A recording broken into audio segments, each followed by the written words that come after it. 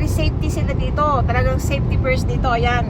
Talagang sinisigurado nila na walang disgrasyang mangyayari. Nakatali ng husto, tapos naka-arrange. Pati nga yung bakal nila dito, yung ginagamit nating pamporma sa mga pundasyon ng bahay sa Pilipinas. Na ano dito? Nakarolyo. Akala ko straight lang yun. Di ba sa atin sa Pilipinas, dinideliver yun. Yung diretso, nakatusok. So kung may babanggang sasakyan yun, sa likod, di ba, delikado yun, mama. Talagang matutusok lahat ng babanggain sa likod o kaya sa harap. Dito, for safety reason, nakarolyo yung bakal. Hindi ko alam kung paano nila ginawa yun, pero talagang nakarolyo siya para siyang ano, yung pabilog ng ganyan, parang candy na pinag-ikot-ikot yung bakal. Parang tapos nakalagay din siya sa truck ng ayos na ayos. Parang inaano din nila yung safety. Kumbaga kung makadisgrasya man yung truck na yon, hindi madidisgrasya doon sa dahil natusok ng mga matutulis na bakal.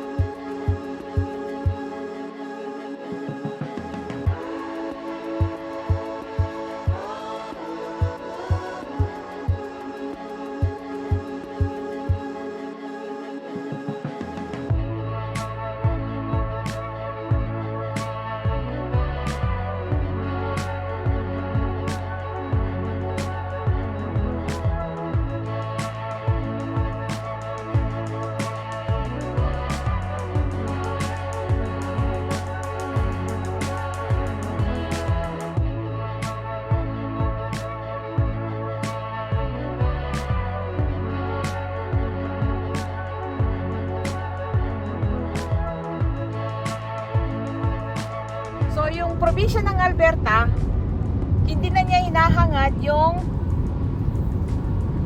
PST na tax or HST. Hindi na siya kumukuha ng tax para sa kanyang probinsya. Ang kinukuha na lang niya yung GST 5%. Yun ay para sa federal. Pero yung probinsya, hindi na siya kumukuha kasi nga mayaman siya.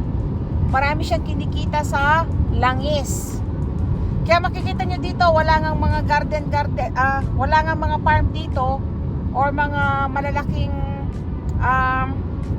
taniman ng gulay or taniman ng mais. Pero marami kayong makikita pump jack o pump jack daw ang tawag. So ang tawag doon sa mga machine dito na nag-extract ng langis sa ilalim ng lupa ay pump jack.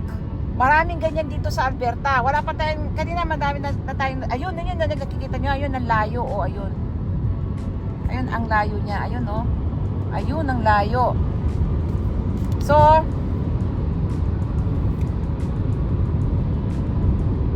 pag may malapit, papakita ko sa inyo yung pump jack na tinatawag nila. Kasi nagpa-pump nga siya ng langis.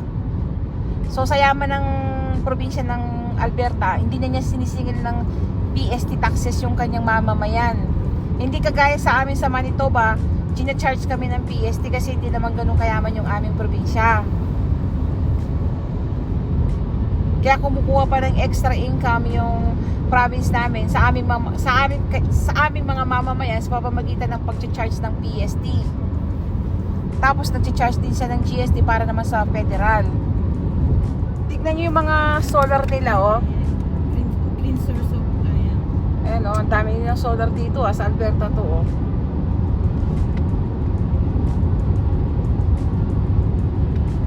Ano nga doon, no?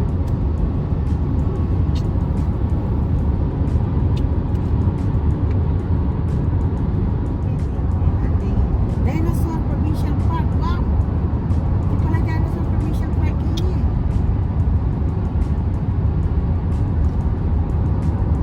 Atin naman kaya dinosaur. Ayan, ang ganda ng ano, no? Ay, ka-blue! Oh, ayun, no? Oh my God! Blue.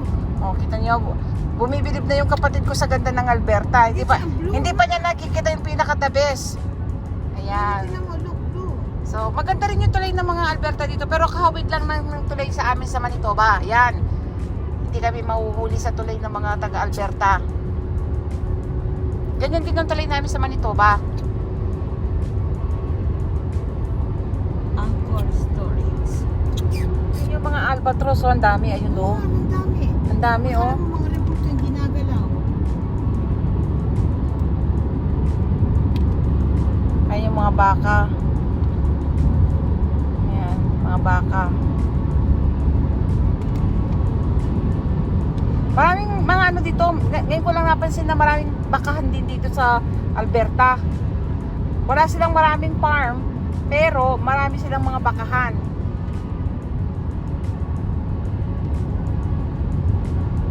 Ayan na naman ang mga nagpa-pump ng oil. Ayan. Nag-extract ng mga oil yan. Natural resources ng Canada. Ayan. Ayun pa, oh, ang dami dito, oh. Ibig sabihin, ayun, oh, ang dami, oh. Ayun, oh. Ang dami dito. Kumbaga, ito yung spot na maraming, ano, langis. Ayan. Ayan, oh, kabi-kabila, oh. Ayun, pump. Ayun pa, oh. Ayun, ayun, oh. Nagpa-pump din. Tapos, ayun pa. Ayun na naman uli. Ayan, oh. Ayan, oh, ano siya.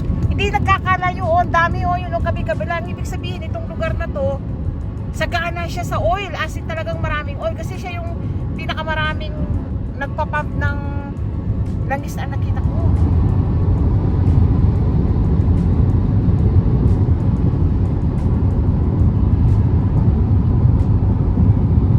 Ayun po, oh, ang dami. Ito yung area na pinakamaraming nakita ko yung ano, nag-extract ng oil. Ibig sabihin, itong area na to, mayaman, maraming langis. Baka nga itong highway na dinadaanan namin, ang ilalim nito may langis din eh. Kasi ang dami, oh, ayun, oh, kabi-kabila. Tapos doon din, ayun din, oh, sa kabilang daan, oh. Kabi-kabila yung mga nagpa-pump, pinakamaraming nagpa-pump ng ano dito, oil. Ibig sabihin, maraming oil dito. Ayan. Siguro washroom na. Alimayin na. Yan, naghahanap na naman ulit kami ng washroom. Kasi ang tagal na namin nagda-drive eh, oh. Mukhang maganda dito. Naku, may mga kasabayan tayo. Wala ko. Mukhang maganda yung washroom nila, ah. Malawag sa Saskatchewan. Alam mo, Ay, naku, nakatsyempo kami na magandang ano. Magandang pwesto nun. Ah, Ito. O sige, mimi ko pa. Tama tsaka meron bang dapat sana may table man lang. Ano yung three? Ano ang triya? Pato marakap karugo. Kaya yan eh. Tabaling batas ke. Pero balo ko, distracted driving kayo ni delikado. Atas yung penalty. Nagit ang washroom na. Medyo social yung washroom nila. Ay, Ayun. tinukluan Dito na lang tayo. Kita lele washroom. Tako pa ka rin, mimita pa. Ay, tao. At yung picnic table ka rin ulit. Kita lele washroom. Kaya pa rin. Ayun, ang galing. Andito yung mapa ng buong Alberta. So, ayun yung Calgary. Doon kami mag-hotel sa may Calgary. So, malapit sa Calgary, pwede namin bisitahin yung Canmore. So, mauuna pala namin aabutan yung Canmore. Mula Calgary, mauuna pala namin makikita yung Canmore. Tapos, susunod yung Banff. Canmore, Banff, tapos Lake Louise. Tapos, Lake Moraine. Yun. Doon pa yung pinakamalapit. Yung palang pwede namin bisitahin doon. Ayan. So, from Calgary, dadaanan mo yung Cochrane. Ano kayo meron doon sa Cochrane? Tapos, mapupuntahan mo yung Canmore. Pagkatapos ng Canmore, yung Banff. Tapos, Lake Louise.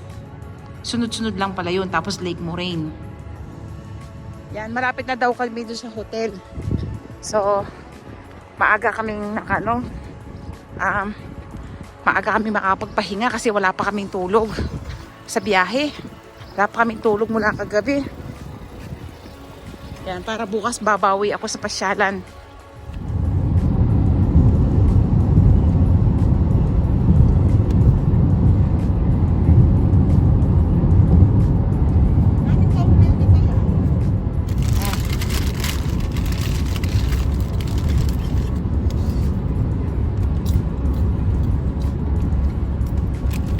Ganda ng mga ano dito, oh. Ayan, ito yung parte ng Alberta na pina-farm nila yung lupa. Hindi ganun karami yung farmland nila dito para sa Manitoba at saka sa Saskatchewan. Gusto ba sila niya katalikan? Sige. Tingkay. Sabi, Rapo niya. medyo kaya pa nga sabihin.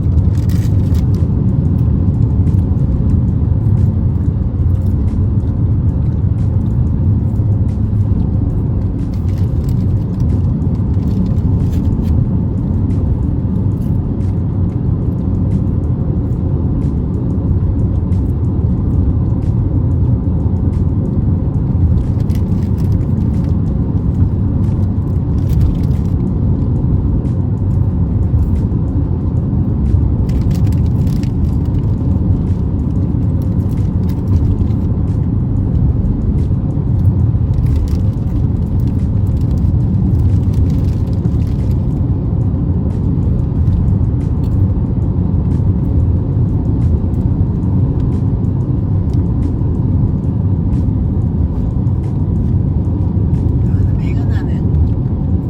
Ang dami yan yan. Bukay.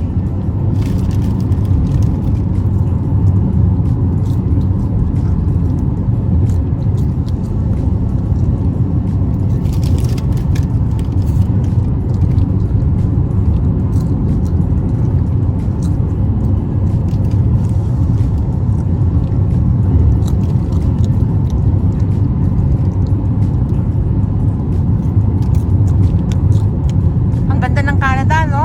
Ayan, no? Ang lawak ng lupa, no? Alberta lang to. Ayan, no?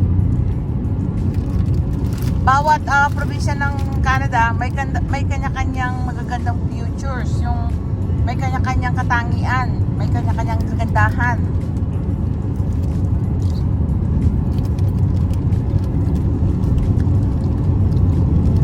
Kaya nga yung Alberta, pinagkakakitaan din pala nito yung kanyang tourist.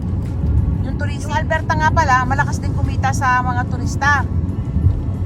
Maraming mga turista pumupunta rito dahil sa ganda ng kanyang mga lake, ng kanyang mga mountains, mga Rocky Mountains. Maraming mga tourists.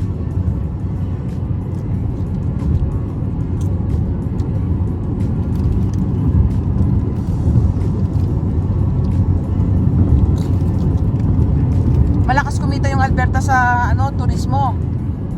Kasi talaga namang magaganda yung view dito. Talaga namang mapapawaw ka.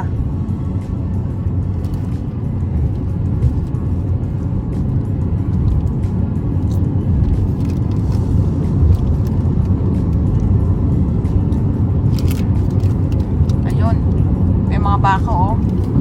Yung mga itim na baka niyan, yan na tinatawag nilang mga Angus beef. Masarap daw ang karne niyan. Napakasarap daw. Kaya nga mahal ang karne niyan eh.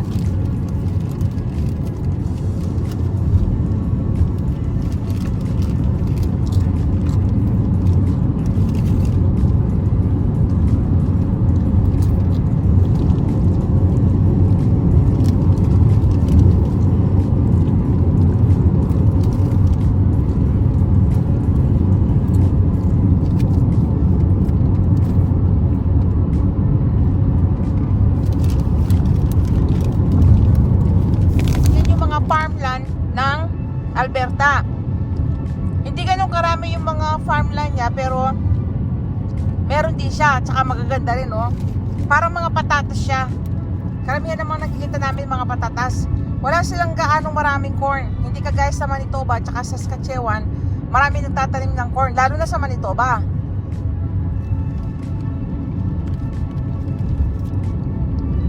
Maraming magagandang rolling hills yung Alberta.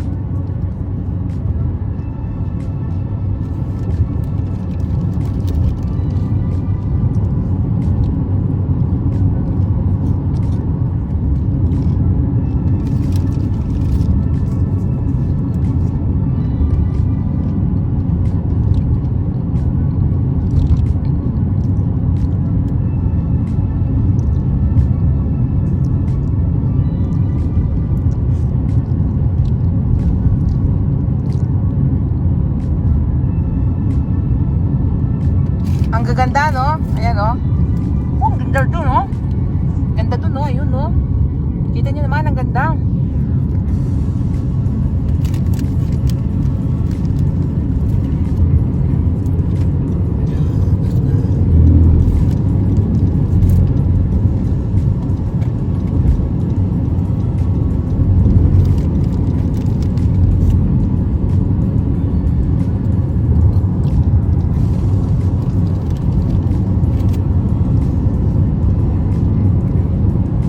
Ang laki ng Canada, no? As in talagang super laki. Parang pag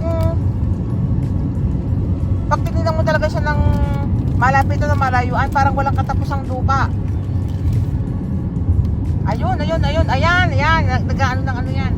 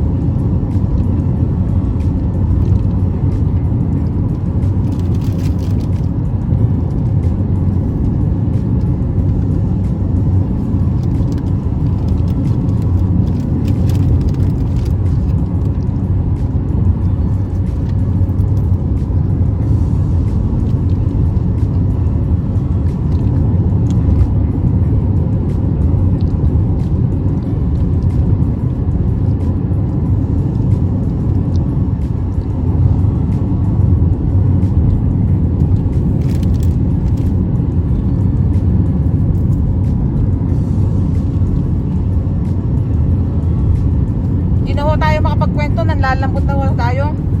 Hindi pa ako nagbe-breakfast ng kanin at hindi rin ako nagla-lunch.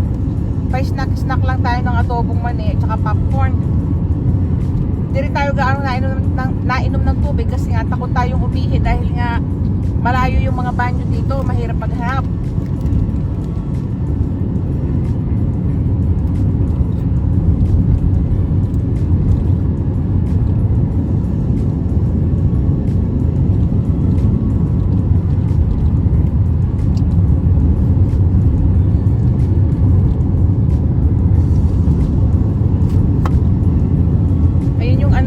Ba? Hindi ko makuha yun. Ayan, nagpa-pump ng lens ba yan?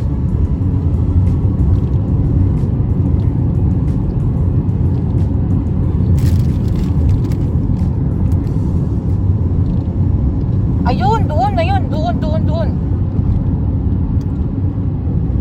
nagpa-pump ng langis yan. Ang dami, oh. Grupo.